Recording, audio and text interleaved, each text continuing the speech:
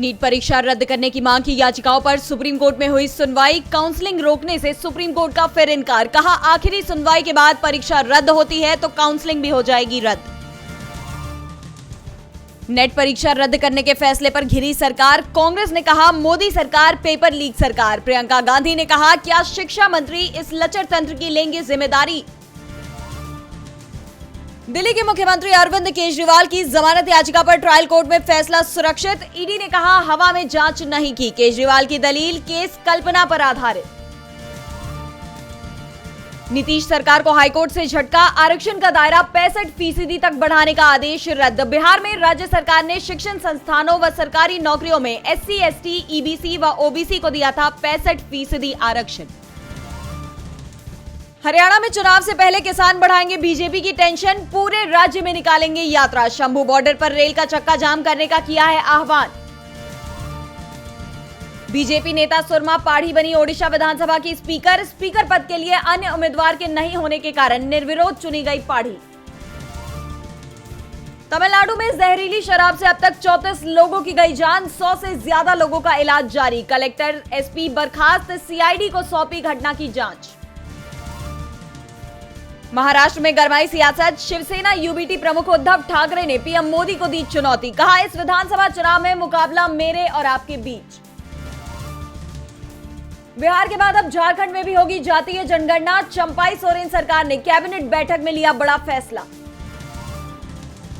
BJP सांसद नारायण राणे के खिलाफ चुनाव आयोग पहुंचे शिवसेना UBT नेता विनायक राउत। कहा मैं चुनाव नहीं हार सकता। राणे ने फर्जी तरीके से जीता चुनाव। अदालत जाने की दी चेतावनी। दूसरे कार्यकाल की पहली विदेश यात्रा पर श्रीलंका पहुंचे विदेश मंत्री S जयशंकर। द्विपक्षीय संबंधों को मजबूत करने के लिए शीर्ष नेतृत्व के साथ करेंगे बातचीत। पड़ोसी पहले नीति पर फोकस। अमेरिका स्थित भारतीय दूतावास ने अंतर्राष्ट्रीय योग दिवस से पहले वॉशिंगटन में रखा योग सत्र। कई लोगों ने लिया हिस्सा। 2015 से 21 जून को दुनिया भर में मनाया जा रहा है अंतर्राष्ट्रीय योग दिवस।